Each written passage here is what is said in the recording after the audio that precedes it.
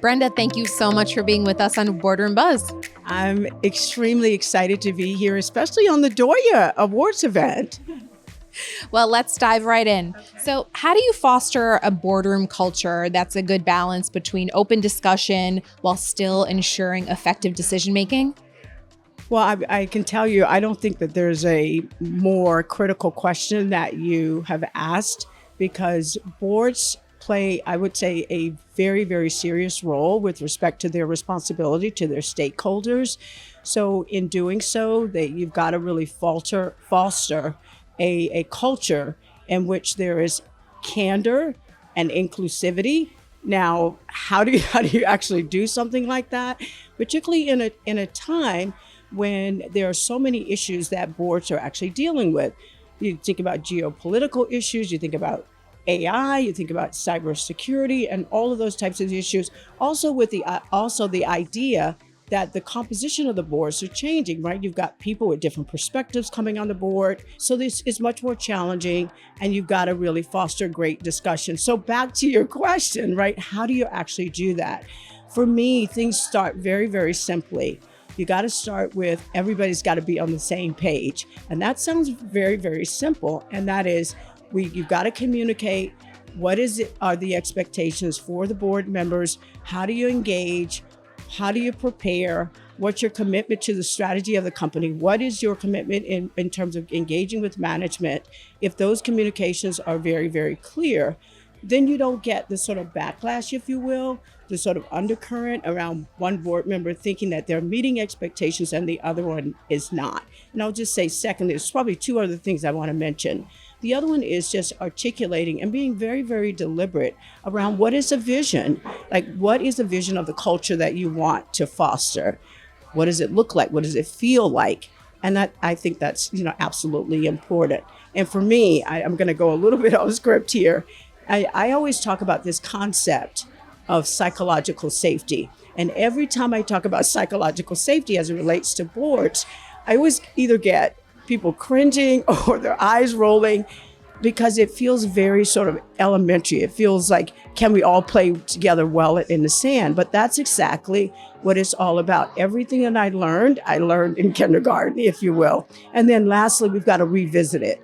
Are we doing a good job? Either that's through our own engagement or actually having an assessment on an annual basis that says, we're doing what we should do and we're engaging the way we should, and people are feeling good about the discussion. So you mentioned there's a lot that directors need to be aware of: geopolitics, AI, technology. How do you think about continuous learning and keeping up with all of those things as a director? Oh, wow. So the real answer is, do I keep up with all of those? And I try, because you're talking to someone who is a bit of a student. I've always been a person who really feels that the power comes in my preparation, and that preparation is what knowledge do I bring to the table, and not just the knowledge that I bring to the table, but the fact that I've taken time to figure out, how does that knowledge actually fit within the broader picture? What is my perspective? How do I engage from a strategic perspective to help management ultimately make sure that the shareholders and the customers and the community is better? And so that means I study before I go to board meetings. I study the industries, the trends in the industries that I'm engaged in terms of banking and insurance. Somebody once said that it takes 250 hours to be prepared for every board that you're involved in. I don't know if I've ever really done the calculation there, but I will say that it is absolutely important that you make sure that you're there, that you're engaged, and that you're prepared, and you're able to be at your highest and best use for that company. Do you have a recommendation for a book, a newsletter, anything for directors to stay on top of emerging issues? It's funny. So there are two answers that I would give. One is, I think that the National Association of Corporate Directors actually has a plethora of materials that I think that keeps you abreast of the trend. So I would say stay close to us and the publications that we offer.